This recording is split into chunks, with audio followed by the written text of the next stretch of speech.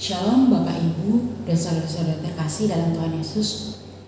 Pembacaan senjata iman hari ini diambil dari Yakobus 1 ayat 5. Saya bacakan ayatnya. Tetapi apabila di antara kamu ada yang kekurangan hikmat, hendaklah ia memintakannya kepada Allah yang memberikan kepada semua orang dengan murah hati dan dengan tidak membangkit-bangkit, maka hal itu akan diberikan kepadanya. Allah berbicara lewat Yakobus mengingatkan kita bahwa ketika kita meminta sesuatu kepada Allah, Allah pasti memberikannya secara cuma-cuma dan murah hati dan tidak membangkit-bangkitkan. Dengan catatan kita melakukan semua kehendak Tuhan.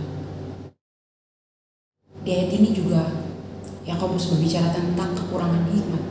Bagaimana kita sebagai anak Allah bisa kekurangan hikmat?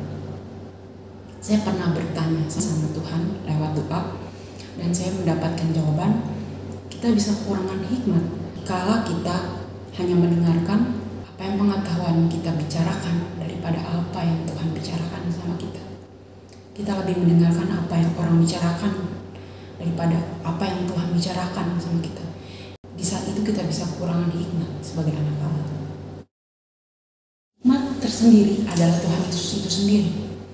Bagaimana kita bisa bicara kalau kita tidak mengenal Tuhan Yesus, kalau kita tidak mendengarkan perintahnya?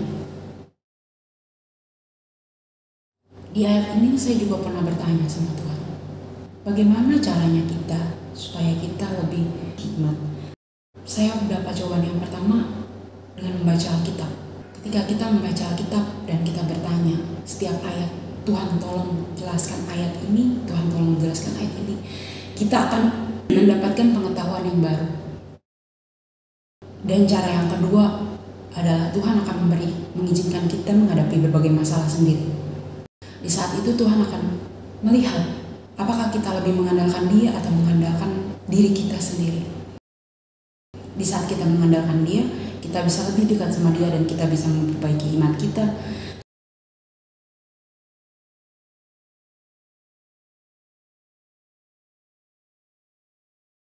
Saya punya pengalaman tentang kekurangan hikmat.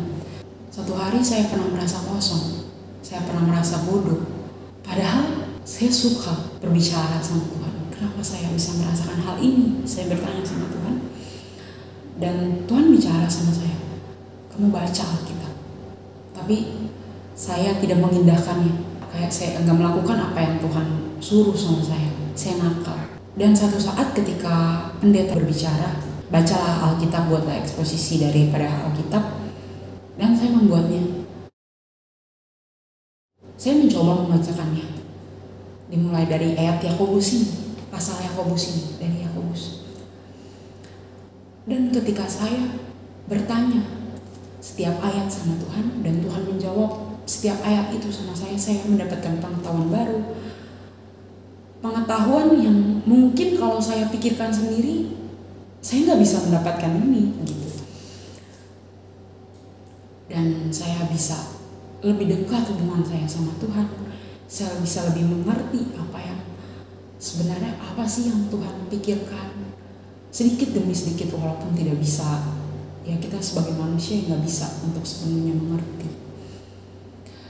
Tapi dengan cara seperti itu saya mengerti kalau misalnya membaca Alkitab dengan bertanya sama Tuhan, itu bisa memperkuat, memperbaiki hikmat kita, membuat kita lebih dekat sama Tuhan.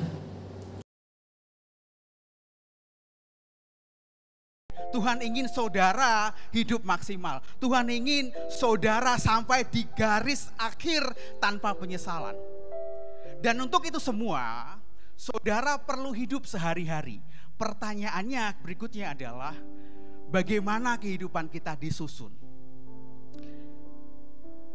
Kehidupan saudara dan saya disusun berdasarkan keputusan-keputusan yang kita buat, betul ya?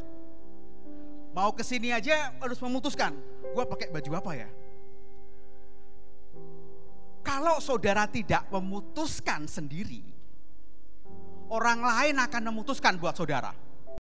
Untuk menjadi seseorang yang bisa mengambil keputusan terbaik, saudara perlu fakta-fakta yang benar. Saudara perlu melihat semua fakta sehingga saudara bisa mengambil keputusan yang bijaksana dan saudara disebut orang yang berhikmat. Alkitab berisi banyak fakta, atau katakanlah Alkitab berisi kebenaran-kebenaran yang akan membantu saudara membuat keputusan-keputusan penting dalam kehidupan saudara sehingga saudara tidak akan menyesal nantinya saat Tuhan panggil saudara. Itu yang terjadi. Jadi Bapak Ibu dan saudara-saudara terkasih, cobalah baca Alkitab dan minta Tuhan tolong menjelaskan. Pasti kita akan merasakan kalau Tuhan itu adalah sumber pengetahuan bagi kita. Tuhan Yesus memberkati.